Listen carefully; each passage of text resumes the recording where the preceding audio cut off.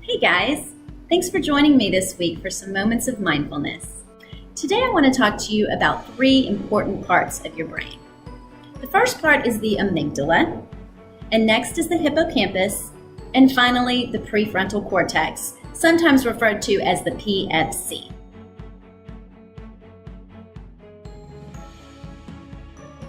The amygdala is like our security guard. That's the part of the brain that warns us when we're in danger.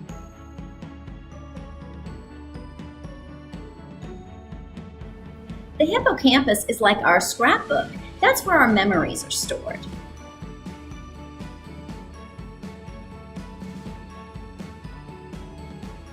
And finally, the prefrontal cortex, or PFC, is the part of our brain where we reason, think things through, and make good decisions.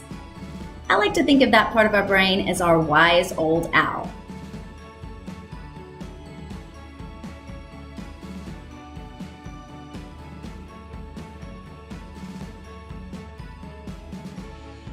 Today I want to focus on our amygdala, our security guard, the part of our brain that keeps us safe and warns us when we're in danger.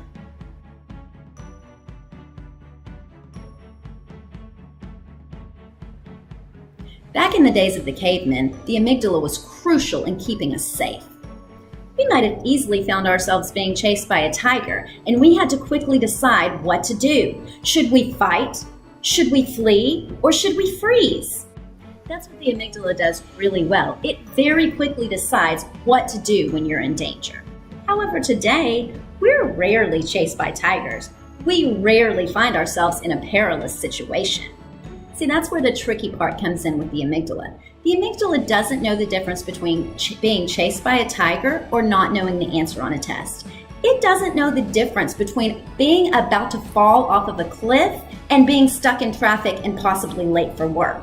When our amygdala is activated, our only options are to fight, flee, or freeze. That's all the amygdala can help us do.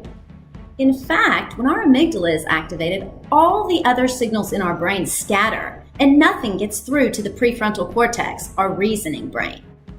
That can be a real problem for us, considering if we forget our homework, the answer is not to run out of the room, to fight back with the teacher, or to freeze and not say anything.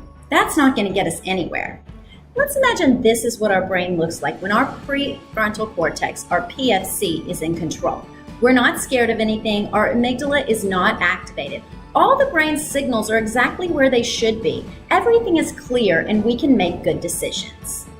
If this is what your brain looks like when your prefrontal cortex or your PFC is in charge, then let me show you what it looks like when we get scared and when we're perceiving a threat. This is what our amygdala does to our brain signals. Everything is scattered. Nothing is getting through to the PFC. Your only options are to fight, flee, or freeze. And even though it sometimes might feel like real danger when you're stuck in traffic or when you don't know the answer to the test, the truth is that is not a life or death situation. And so it's better to make a decision from our prefrontal cortex. Find yourself in a situation where your brain just feels scattered and you don't feel like you can think clearly and make a good decision? If so, it's possible that your brain has been hijacked by your amygdala. Your amygdala is in control and you are not making a wise decision using your prefrontal cortex. Our amygdala is very important and it does keep us safe when there's a real threat like a fire. The only problem is that the amygdala doesn't know the difference between a real threat like a fire and not having your homework on time.